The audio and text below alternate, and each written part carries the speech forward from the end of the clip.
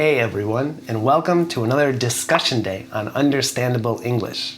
On discussion days, I choose a topic and tell you all about it, while also giving you some new phrases and vocabulary. Afterwards, I ask you some questions and you can tell me your thoughts and opinions in the comments down below. As always, I'll help you fix your mistakes. Today's topic is summer vacation, so let's get to it. Let's start with some clarification. The word vacation or holiday, which one should we use? Well, in the United States, a vacation is when you are away from school or work. You are not going to school or work. A holiday is a special day, like Christmas, New Year's, Valentine's Day. These are specific days, but vacations are when you are not going to work or school. In the UK, they typically say holiday when they are away from school or work.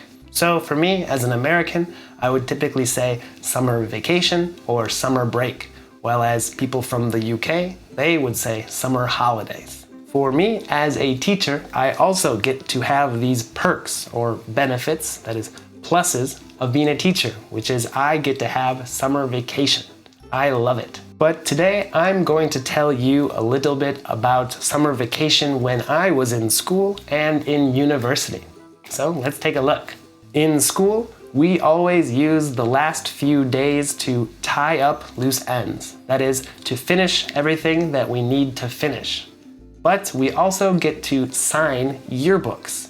Yearbooks are these special books that you get every year that have pictures from everything we did and all the people, the teachers. Everyone gets a yearbook and we sign them, write our name, and we write wonderful wishes for the summer. Sometimes we would leave our phone number or something like that so people can contact us and hang out in the summer or spend time together in the summer. But at the beginning of June, we are free. We have summer vacation. It's the end of school.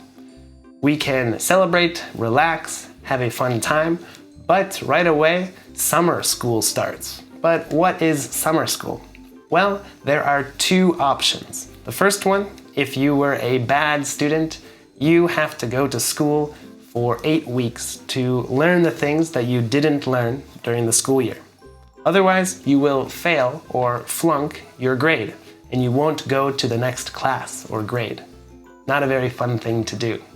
But if you were a good student, you can, if you want, go to fun summer school, where you get to choose various things and try anything you want.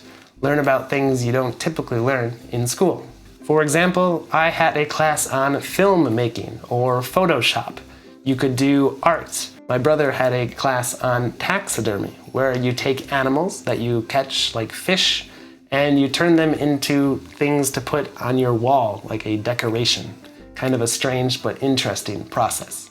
There are hundreds of these different classes you can choose from. We also had different camps. I was a Boy Scout, so I went to Boy Scout summer camp, which was a whole week in the forest without our parents, having lots of fun with all of my friends.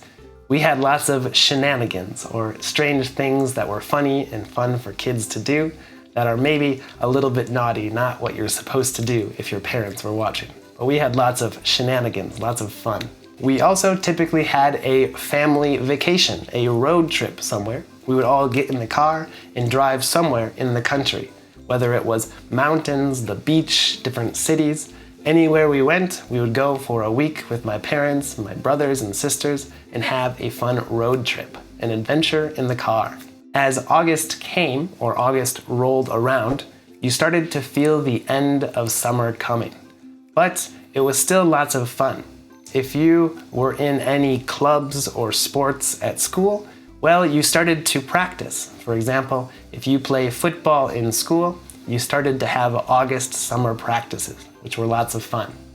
I was in the marching band, the marching orchestra, so we had practice as well in August, which was lots of fun.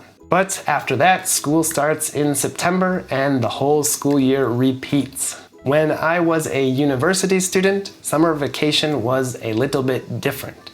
Typically, we would finish our final exams at the beginning of May, and then we had summer vacation or summer break. Sometimes you would just relax, visit home if you went to university in a different city than where you were from, or you might have a summer job working in order to have a little bit of extra money.